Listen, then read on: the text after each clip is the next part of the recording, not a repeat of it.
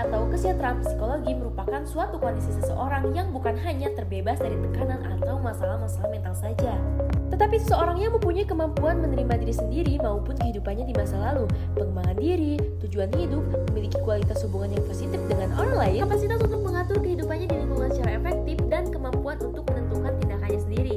Mari kita bahas satu persatu dimensi psychological well-being atau kesejahteraan psikologi. Yang pertama, penerimaan diri. Penerimaan diri adalah kemampuan individu untuk dapat melakukan penerimaan terhadap diri sendiri. Penilaian terhadap diri sendiri akan menjadikan dasar bagi seorang individu untuk dapat mengambil suatu keputusan dalam rangka penerimaan terhadap keberadaan diri sendiri. Penerimaan diri dapat dilihat dari bagaimana seseorang mengevaluasi secara positif dirinya sekarang maupun dirinya di masa lalu. Dengan kata lain, seseorang yang mampu menerima dirinya sendiri adalah seseorang yang mempunyai kapasitas untuk mengetahui dan menerima kekuatan serta kelemahan dalam dirinya. Yang kedua adalah hubungan positif dengan orang lain.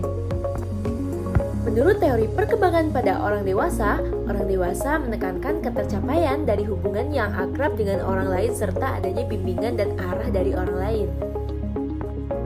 Individu yang memiliki hubungan yang positif adalah individu yang mampu menciptakan hubungan yang hangat dan dekat dengan orang lain, memperhatikan kesejahteraan orang lain, mampu berempati dan mengasihi orang lain.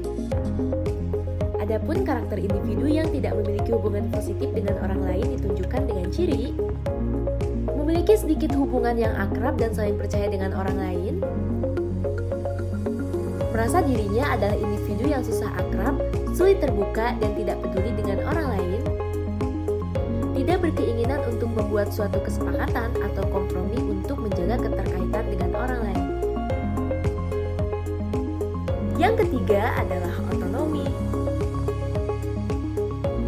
Otonomi merupakan cara individu memiliki pandangan pribadi dalam melakukan evaluasi sehingga ia tidak mencari persetujuan orang lain, tapi mengevaluasi dirinya dengan standar personal yang dimiliki sendiri.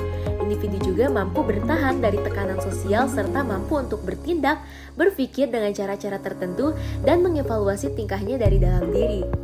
Dalam aspek otonomi ini, individu mampu menjelaskan terkait kemandiriannya sendiri, kemampuan untuk menentukan diri sendiri, dan kemampuan untuk mengatur tingkah laku. Akan tetapi sebaliknya, apabila seorang individu tersebut kurang baik dalam otonominya, maka mereka akan cenderung memperhatikan harapannya dan menunggu evaluasi dari orang lain. Dan juga dalam pembuatan keputusan menunggu penilaian dari orang lain. Yang keempat, penguasaan terhadap lingkungan. Individu mampu memilih dan mampu menciptakan lingkungan yang sesuai dengan kondisi psikisnya, mampu manipulasi dan mengontrol lingkungan yang kompleks, serta individu tersebut mampu bergerak maju untuk bisa melakukan perubahan secara aktif dan kreatif dengan melalui aktivitas mental dan fisik. Individu juga bisa memiliki kemampuan dalam mengambil keuntungan pada setiap kesempatan-kesempatan yang ditawarkan oleh lingkungan. Individu juga bersifat sebaliknya.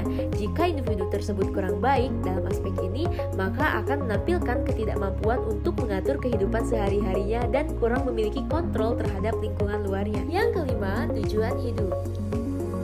Individu mempunyai tujuan sendiri untuk apa hidup ini. Ketika seseorang memiliki tujuan hidup yang jelas dan bermakna, maka akan terlihat dari aktivitas yang ia lakukan mengarah pada tujuan hidup yang akan ia hendaki.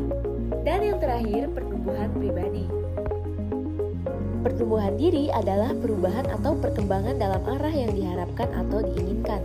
Bertumbuh sebagai individu berarti menjadi lebih penuh pemahaman, kompeten, dan penuh perhatian pada sesama.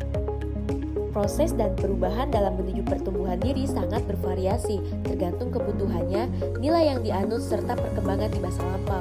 Kebutuhan untuk mentidaktualisasikan dirinya sendiri dan merealisasikan potensi yang dimilikinya adalah merupakan pusat dari sudut pandang klinis mengenai pertumbuhan pribadi. Individu yang memiliki potensi diri yang baik adalah individu yang sadar dan mampu mengembangkan potensi diri, merasakan perubahan dan terbuka akan hal-hal yang baru. Adapun karakter yang tidak mewakili adanya pertumbuhan pribadi antara lain adanya perasaan yang terhenti atau stagnation, kurangnya keinginan untuk terus tumbuh dan berkembang, dan merasa bosan dan tidak adanya ketertarikan dengan hidup dan merasa tidak mampu untuk mengembangkan sikap dan kebiasaan-kebiasaan yang baru. Jadi, apakah kalian semua sudah memiliki keenam dimensi kesejahteraan psikologi ini? Mari kita belajar dan pahami bersama untuk kesejahteraan psikologi yang lebih baik lagi.